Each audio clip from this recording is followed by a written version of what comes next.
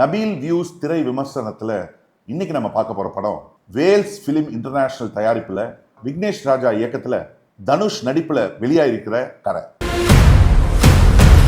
திங்கக்கிழமை ராத்திரி ஒரு பேங்க் கதவை உடைச்சு உள்ள போய் திருடு இருக்கான். ஆனா அவன் அதோட நிறுத்தல. மம்தா பைஜு, சூரஜ் வெண்ணியாரமோடு, கே.எஸ். ரவிக்குமார், ஜெயராம், கருணாஸ், ஸ்ரீஜா ரவி, பிருத்திவி பாண்டியராஜன் நடிச்சிருக்காங்க. வில்லேஜ் ராபின்ஹுட் மூவின்ற ஒன்லைன் தான் ஸ்டோரி.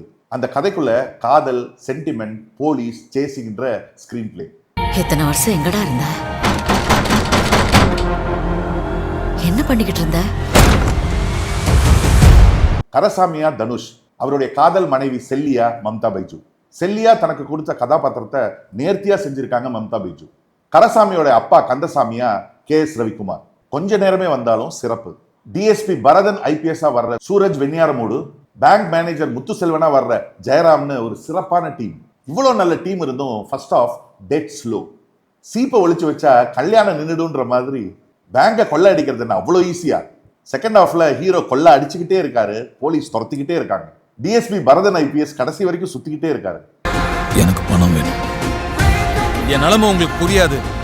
அடுத்த மதுரையில் ஒரு இடம் இருக்குண்ணே, ஒரு பண்ண வீடு, எப்படியும் 4 லட்ச ரூபா தருண்ணே.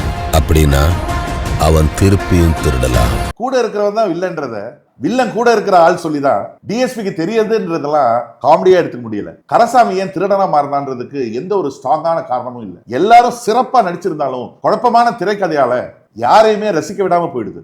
இசை ஜிவி பிரகாஷ், பாடல் மற்றும் பின்னணி இசை அருமை. தேனி ஈஸ்வரோட ஒளிப்பதிவு காதல் நெருக்கத்தையும் கிராமத்துடைய வறுமையையும் அழகா பதிவு பண்ணியிருக்காருன்னு சொல்லலாம். படத்துடைய நீளம் 2 மணி நேரம் 41 நிமிஷத்தை எடிட்டர் ஸ்ரீஜித் சார் ஒரு 20 நிமிஷம் குறைச்சிருக்கலாம். ஆக்ஷன் தினேஷ் காசி மிக சிறப்பா பண்ணியிருக்காரு. இப்படி ஒரு மிக சிறப்பான டீம் அமைஞ்சிருந்தோம் திரைக்கதையில உள்ள லாஜிக் ஓட்டைகளால படத்தை ரசிக்க முடியாமே போகுது. இந்த படத்துக்கு என்னுடைய மதிப்பெண் 10க்கு 4. மீண்டும் ஒரு திரை விமர்சனத்துல சந்திக்கலாம். அது